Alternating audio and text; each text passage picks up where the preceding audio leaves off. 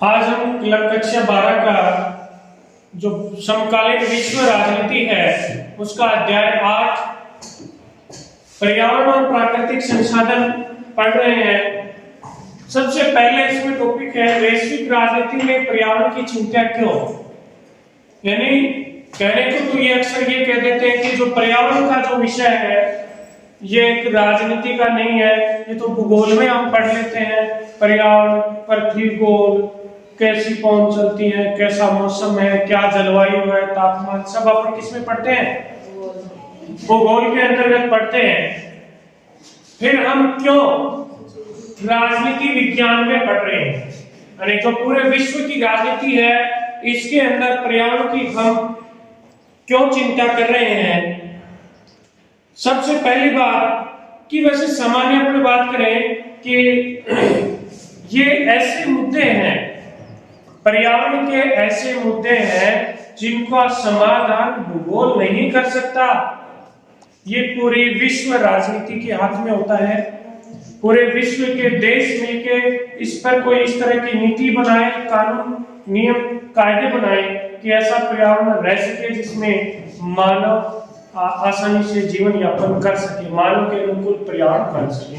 भूगोल में केवल और केवल यह अध्ययन किया जाता है कि ग्रीन हाउस क्या है, भाई तापमान बढ़ गया, ग्लोबल वार्मिंग हो गई, ग्रीन हाउस गैसों से ऑक्सीजन कम हो गई, लेकिन इनको कैसे नियंत्रित किया जाए ये भूगोल नहीं करता है, ये राजनीति करती है। क्योंकि प्रशासन का काम होता है कि कार्बन उत्सर्जन कैसे कमी की जाए या किस तरह की नीतियां बनाई जाए, और ये अकेला देश भी नहीं कर सकता, पूरे विश्व की बात होती है।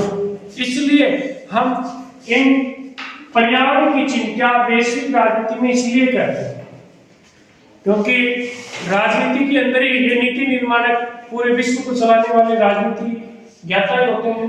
भूगोल वाले केवल अपना भूगोल पढ़ सकते हैं और उससे समाधान नियम में नीति बनानी पड़ेगी, और वो नीतियां कौन बनाता है? राजनीति के बनाते हैं। इसलिए हम प्रशासनिक व्यक्ति बनाते हैं जो देश को चलाते हैं, और इसलिए हम राजनीति विज्ञान में इसको अध्ययन करते हैं। मुख्य चिंता के कई कारण हैं। तो कृषि योग्य भूमि की बढ़ोतरी नहीं हो रही, कृषि योग्य भूमि की बढ़ोतरी नहीं, यानी कृषि योग्य जितनी भूमि है, हमारी पूरे विश्व की आबादी बढ़ती जा रही है लेकिन कृषि योग्य जितनी भी भूमि है वो नहीं बढ़ रही, तो अनाज की समस्या आ सकती है। इसलिए भी पूरे विश्व को इसकी चिंता करनी चाहिए। कृषि योग्य भूमि भूगोल का विषय है लेकिन इसके ऊपर चिंता इसलिए करनी पड़ती है राजनीति में कि वो बढ़ नहीं रही, और कृषि योग्य भूमि न बढ़ने के कारण खाद्यान्न की समस्या आ सकती है। चारागाह का खतरा, मत्स्य भंडार घटा है। चारागाह का खतरा और मत्स्य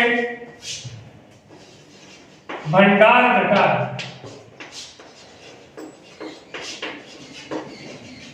यानी जो चारागाह का जो पशुओं को चराने की जमीन होती है, चारागाह, उनके ऊपर भी खतरा मंडरा रहा है। लोग आके बस रहे, अतिक्रमण कर रहे हैं, हर गांव में ऐसी हालत हो रही है। तो वो भी चिंता करने, क्योंकि पर्यावरण के लिए चारागाह भूमि भी जरूरी है, और जो मत्स्य के जो भंडार है वो भी कम होते जा रहे हैं।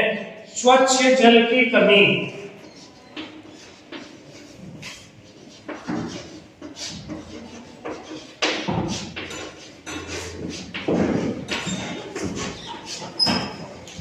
स्वच्छ जल की कमी हो रही है। यानी हम देखें बहुत सी आबादी, कहने को तो 3/4 भाग से पानी भूगोल में आप ये पढ़ते हो, लेकिन पीने योग्य पानी नहीं है। पीने योग्य स्वच्छ जल की कमी है। जल से भी बहुत सारी बीमारियां होती हैं। वनों की कटाई,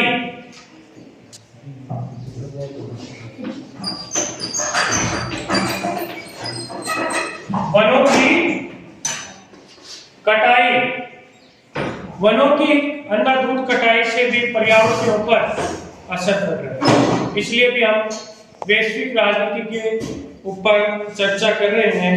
एक ओजोन परत पर छेद हो रहा है, क्यों पढ़ रहे हैं हम, पर्यावरण की क्यों चिंता कर रहे हैं?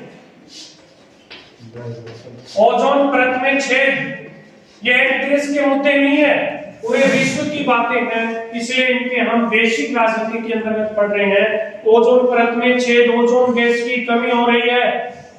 हालांकि कोरोना से इसमें सुधार भी हुआ है, लेकिन ओजोन परत में छेद होने से सूर्य से हानिकारक आने वाली पराबैंगनी किरणें जब हमारी पृथ्वी पर सीधे आएंगे तो त्वचा के कैंसर ज्यादा हो सकते हैं, अनेक दुष्परिणाम होंगे। इसलिए हम पूरे विश्व को ये सोचना चाहिए कि ओजोन परत के छेद है उसको और न बढ़ाए, उसको कम कैसे किया जाए। एक प्रदूषण कई तरह के हैं, जल प्रदूषण, वायु प्रदूषण, ध्वनि प्रदूषण, लेकिन ये प्रदूषण के बारे में भी हम पूरे विश्व के, एक देश की बस की बात नहीं है। हाँ, एक देश थोड़ा बहुत प्रयास कर सकता है, लेकिन पूरे विश्व का मुद्दा है, इसलिए हम वैश्विक राजनीति के अंतर्गत पढ़ते हैं। एक पुस्तक है कलर और रोम ने एक पुस्तक लिखी, limited to growth.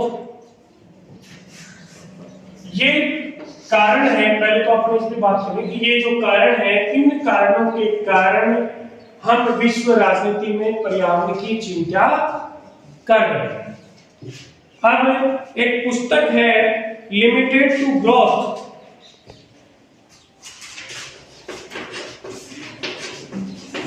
Limited to growth,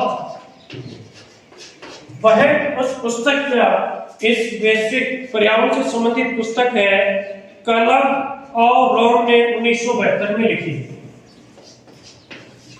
colour और रोम ने 1972 ईस्वी में इस पुस्तक को लिखा। तो हमने ये फैक्ट भी याद करना है, लिमिटेड टू ग्रोथ पुस्तक किसने लिखी? कलर और रोम 1972 में। ठीक है, लिमिटेड टू ग्रोथ पुस्तक कलर और रोम 1972 के अंतर्गत लिखी। उत्तरी, पूरा आप ग्लोब में पढ़ रहे हैं, उत्तरी गोलार्ध, दक्षिणी गोलार्ध, यानी भूगोल में आप पढ़ते होंगे उत्तरी गोलार्ध और दक्षिणी गोलार्ध। उत्तरी गोलार्ध के देश अक्सर धनी देश होते हैं। क्या होते हैं? धनी देश होते हैं, विकसित देश होते हैं। उत्तरी गोलार्ध के देश धनी या विकसित देश और दक्षिणी गोलार्ध के देश अक्सर गरीब और विकासशील मिलेंगे आपको। ग्रीन हाउस गैसें विकसित देश ज्यादा छोड़ रहे हैं वायुमंडल में, जिसका परिणाम दक्षिणी ध्रुव वालों को, दक्षिणी गोलार्ध वालों को भी करना पड़ता है। पूरे विश्व में एक पृथ्वी सम्मेलन हुआ था। क्या हुआ था? एक सम्मेलन ऐसा हुआ था जो पृथ्वी सम्मेलन के नाम से जाना जाता है। 1992 में हुआ। कहाँ हुआ था? ब्राजील की राजधानी है, ब्राजील की राजधानी के अंतर्गत ये हुआ और उस राजधानी का नाम है रियो डी जेनेरो।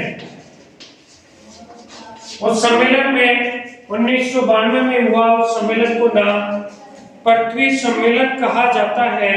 उसमें संयुक्त राष्ट्र संघ का पर्यावरण और विकास के मुद्दे पर चर्चा की गई। इसके अंदर 170 देशों ने भाग लिया। UNEP, United Nations Environment Programme है, संयुक्त राष्ट्र संघ के पर्यावरण और विकास के मुद्दे पर चर्चा की गई और इसी के अंदर एजेंडा 21 दिया गया। क्या दिया गया? एजेंडा 21, जिसका मुख्य उद्देश्य क्या था बेटा? विकास। क्या था? एजेंडा 21 के अंतर्गत विकास होना चाहिए, यानी टिकाऊ विकास का तरीका। इसको अपन ये लिख दें, टिकाऊ, टिकाऊ विकास का तरीका, यानी तरीके, विकास ऐसा होना चाहिए। एजेंडा 21 दिया गया था कि ऐसे नहीं कि विकास इस तरह का हो जो पर्यावरण या सृष्टि के लिए दुखदाई हो। विकास, टिकाऊ विकास, ऐसा विकास टिकाऊ हो जो लंबे समय तक चले, यानी उसके दुष्प्रभाव कम से कम हो। आर्थिक वृद्धि का ऐसा तरीका होना चाहिए जिसमें पर्यावरण को नुकसान न पहुंचे। इसी को मैं इधर को कर दूं, यहां से लिख रहा हूं, आर्थिक विकास का ऐसा तरीका होना चाहिए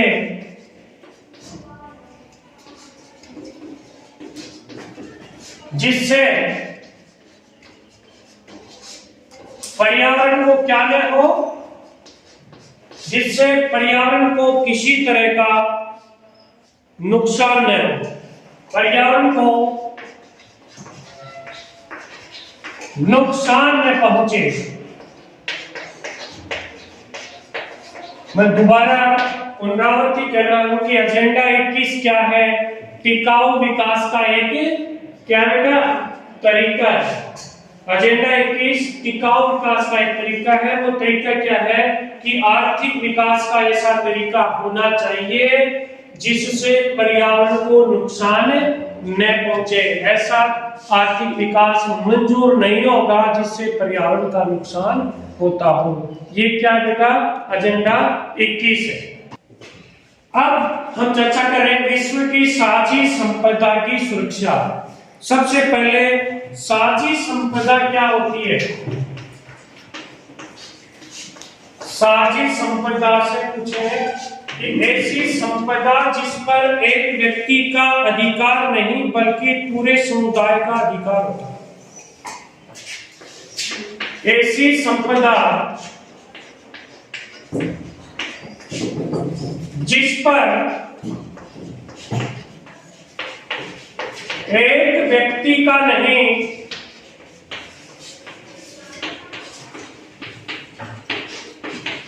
पूरे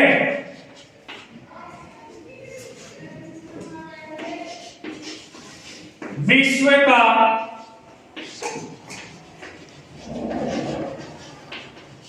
अधिकार होता है, वह साझी संपदा। अच्छी तरह लिख देता हूं, साझी संपदा ऐसी संपदा जिस पर एक व्यक्ति का नहीं, जिस पर पूरा विश्व का अधिकार होता है, वह कैसी संपदा कहलाती है? साझी संपदा। इसी में जैसे अपना संयुक्त परिवार होता है, उसका चूल्हा, चारागाह, मैदान, कुआं, यानी चारागाह, मैदान हुआ, कुआं हुआ, सार्वजनिक हुए, सार्वजनिक की बात कर रहे हैं, सबके हो, किसी पर्सनल के न हो, उस संपदा को सारी संपदा कहते हैं जिस पर पूरे विश्व का अधिकार होता है। तो उसको बचाने की, उसकी सुरक्षा करने की जिम्मेदारी किसकी बनती है? पूरे विश्व की बनेगी। जब वो सबकी संपत्ति है, हर आदमी को उसका ध्यान रखना पड़ेगा। वैश्विक संपदा या मानवता की साझी विरासत। वैश्विक संपदा या मानवता की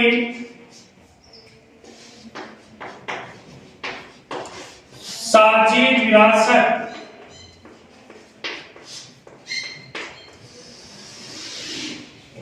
वैश्विक संपदा या मानवता की साझी विरासत के ऊपर अपन बात करें किसी एक देश के संप्रभु क्षेत्राधिकार से बाहर होते हैं, इसलिए उनका प्रबंधन साझे तौर पर अंतरराष्ट्रीय समुदाय द्वारा किया जाता है।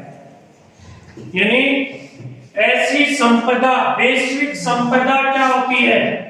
ऐसी संपदा जो जिसके ऊपर अधिकार किसी एक देश का नहीं होके पूरे विश्व का होता है, या एक देश की संप्रभुता से के अंतर्गत नहीं होता है, वो वैश्विक संपदा होती है।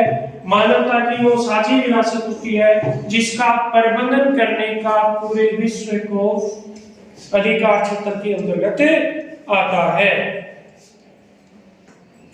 जैसे किसी एक देश के संप्रभु, को परिभाषित करें, किसी एक देश के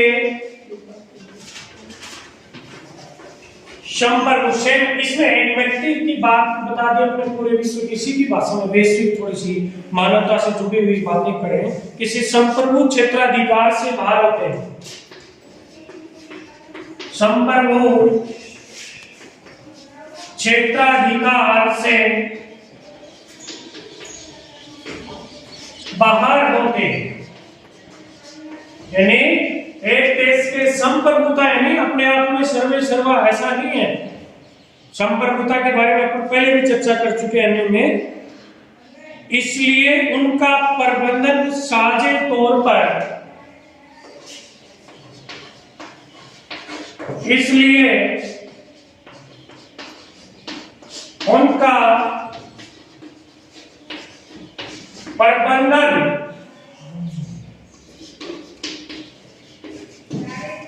साझे तौर पर अंतरराष्ट्रीय समुदाय करता है। यानी एक व्यक्ति सर्वे सर्वा नहीं होता है, पूरे अंतरराष्ट्रीय समुदाय यानी सब मिलके उसके द्वारा उसका प्रबंधन किया जाता है। ऐसे कौन सी वैश्विक संपदा? जैसे क्या होता है वायुमंडल, वायुमंडल के बारे में प्रबंधन करना हो। वायुमंडल एक देश का नहीं होता है, सबका होता है। पृथ्वी का वायुमंडल, अंटार्कटिका,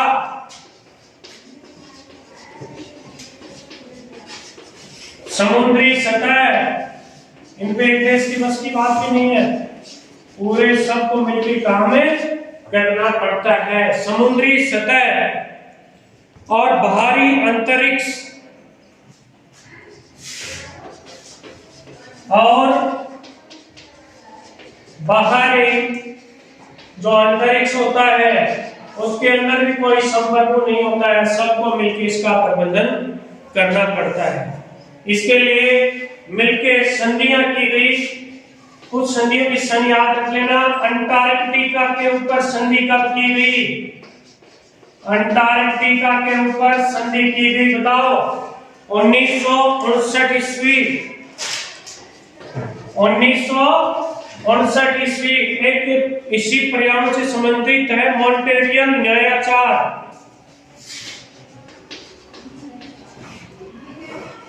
मॉन्ट्रियल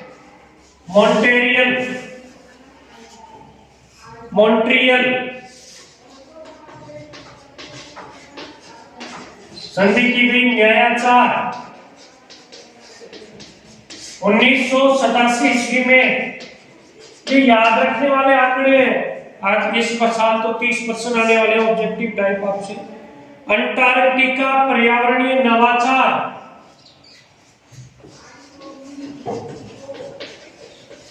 अंटार्कटिका पर्यावरणीय नवाचार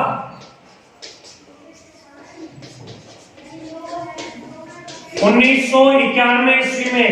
ये देखना बेटा, अंटार्कटिका के बारे में दो संधियां हैं। पर्यावरण नवाचार 1991 के अंतर्गत की गई।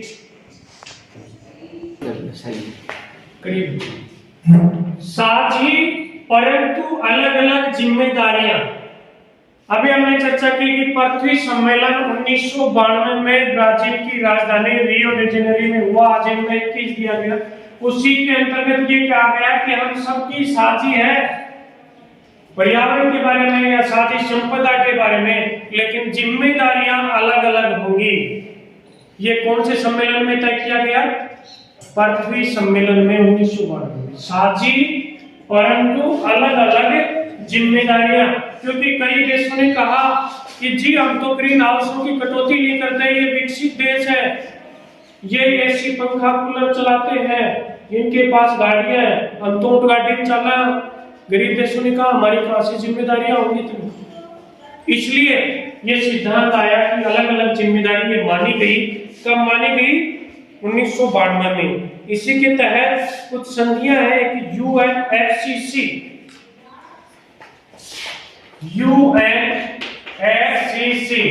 ये 1992 में हुई।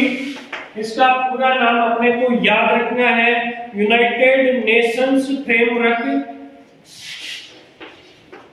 United Nations framework conservation on climate change, convention on climate change, convention on climate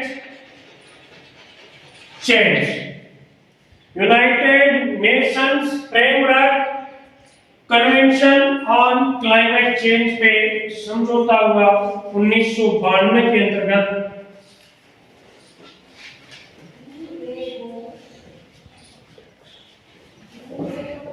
एक ऐसा ही समझौता हुआ क्योटो प्रोटोकॉल के नाम से जाना जाता है। क्योटो प्रोटोकॉल कब हुआ बेटा? 1997 में। और कहां हुआ? जापान में। क्योटो प्रोटोकॉल क्या है? ये 1997 के अंतर्गत हुआ, जापान में हुआ। विकसित देशों को ग्रीन हाउस गैसों की उत्सर्जन को कम करने का लक्ष्य दिया गया। यानी विकसित देशों को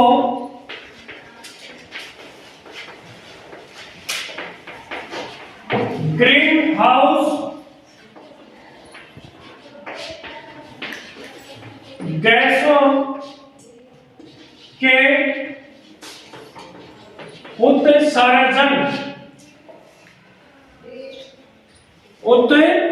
उत्सर्जन की कमी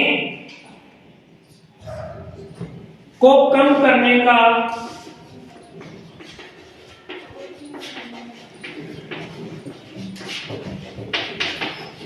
क्वार्टर प्रोटोकॉल में कहा गया कि जो देश विकसित है वो ग्रीन हाउस गैसों की उत्सर्जन में कमी करें। ये किस संधि में तय किया गया था? क्योटो प्रोटोकॉल के अंतर्गत।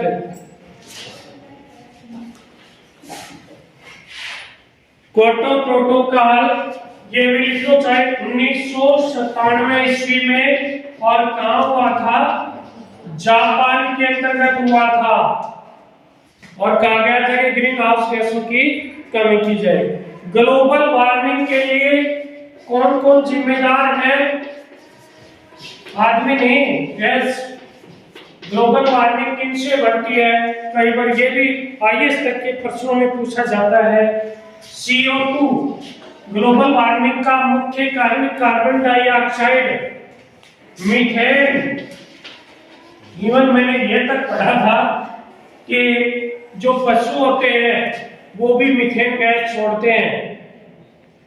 कि मैंने डिबेट देखी थी वेजिटेरियन नॉन वेजिटेरियन की, सब शाकाहारी हो जाए तो कह रहे हैं कि पशु जंगली जानवर ये बढ़ जाएंगे, और वो जो गैस छोड़ते हैं मीथेन, पीछे से गैस छोड़ते हैं मीथेन, और वो गैस से पर्यावरण का तापमान इतना बढ़ जाएगा, ग्लोबल वार्मिंग बढ़ जाएगी। तो मीथेन भी है। एक हाइड्रोक्लोरोकार्बन,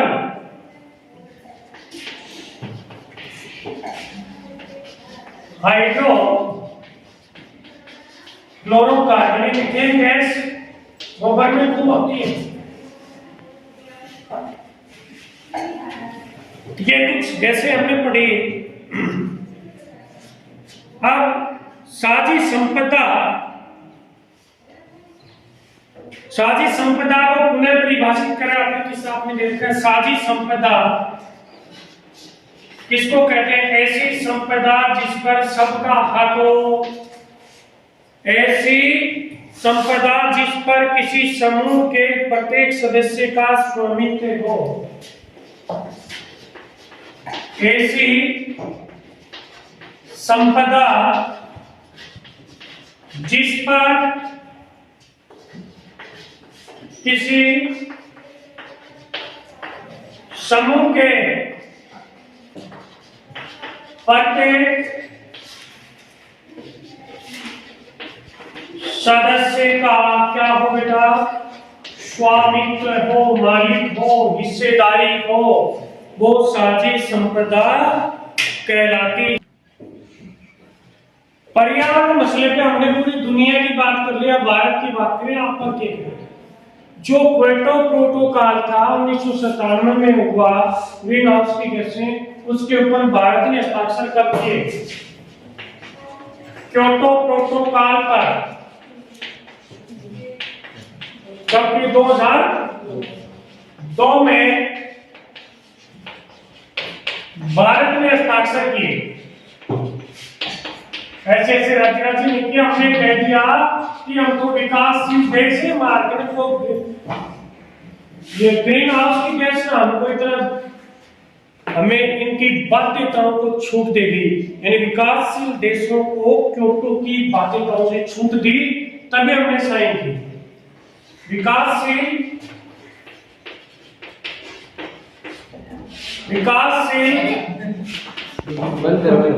विकासशील देशों को क्योटो की बाध्यताओं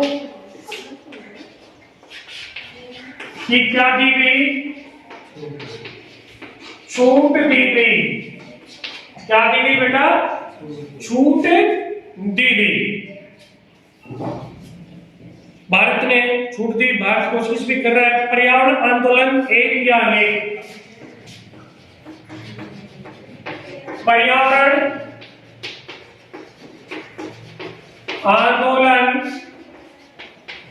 एक या अनेक? भारत में बहुत से पर्यावरण आंदोलन चल रहे हैं।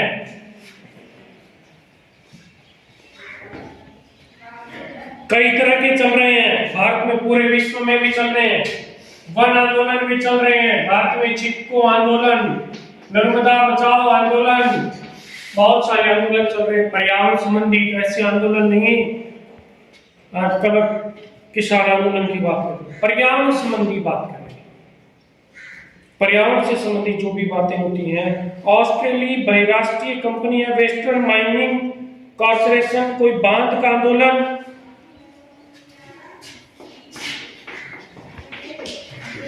बांध आंदोलन, पूरे विश्व में बहुत सारे आंदोलन हुए पर्यावरण से संबंधित। एक कंपनी थी ऑस्ट्रेलिया की western mining corporation, western mining corporation होता है, कॉर्पोरेशन। ये कंपनी कहां की थी? ऑस्ट्रेलिया में थी, और इसके खिलाफ भी, क्योंकि इससे प्रदूषण हो रहा था माइनिंग से, तो इसके बारे में भी आंदोलन हुए। संसाधनों की भू राजनीति,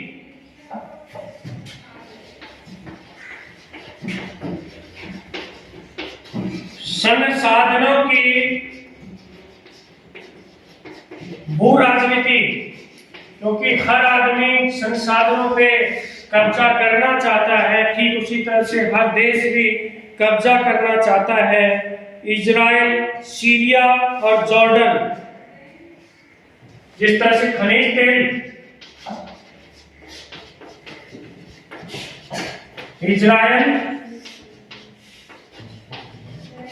सीरिया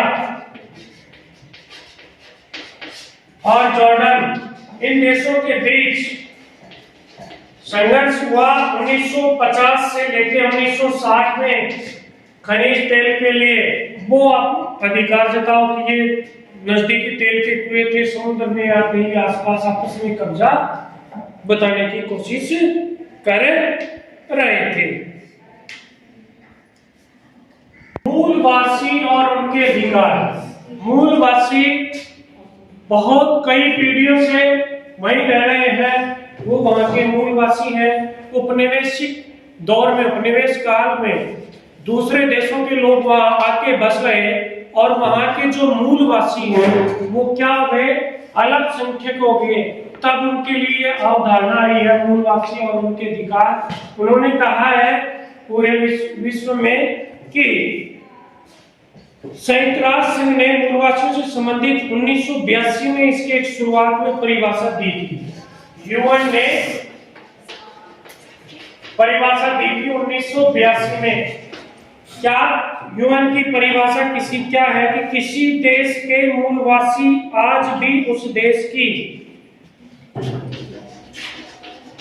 किसी देश के मूलवासी आज भी, किसी देश के मूलवासी आज भी उस देश की संस्थाओं के अनुरूप, उस देश की संस्थाओं के अनुरूप आज किसी देश के मूलवासी आज भी उस देश की संस्थाओं के अनुरूप आचरण करने से ज्यादा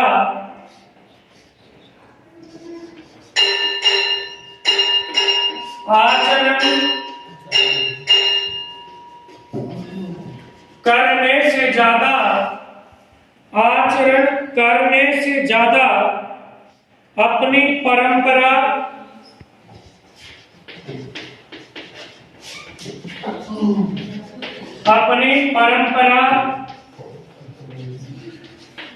सांस्कृतिक विरासत, यानी उस देश की जो संस्था है उसकी बजाय अपनी परंपरा, सांस्कृतिक रिवाज तथा अपने खास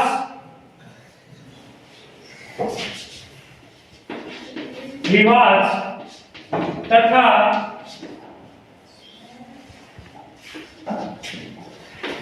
अपने खास, ये परिभाषा यूएन की है, शुरुआत 1982 में दी थी ये परिभाषा। अपनी खास सामाजिक आर्थिक ढर्रे पर, सामाजिक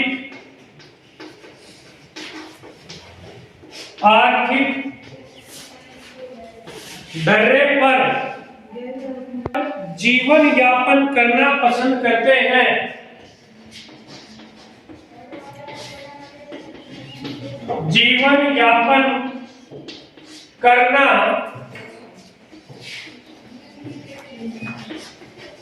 पसंद करते हैं।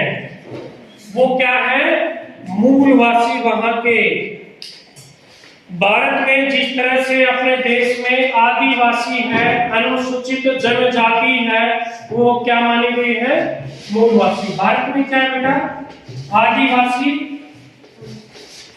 और अनुसूचित जनजाति जो जंगलों में रहते हैं, वो अपने परंपराओं को देखना एक मिनट कि मूलवासी, किसी भी देश के मूलवासी आज भी उस देश की संस्थाओं के अनुरूप आचरण करने से ज्यादा उस देश में वर्तमान में जो भी संस्थाएं उनको ऊपर वो ध्यान नहीं दे रहे।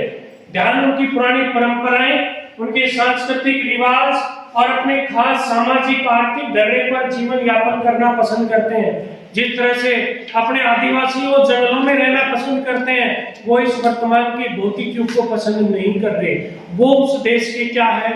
मूलवासी। और ये कहा गया है कि जो प्राकृतिक संसाधन है उनके ऊपर उनका भी अधिकार होना चाहिए।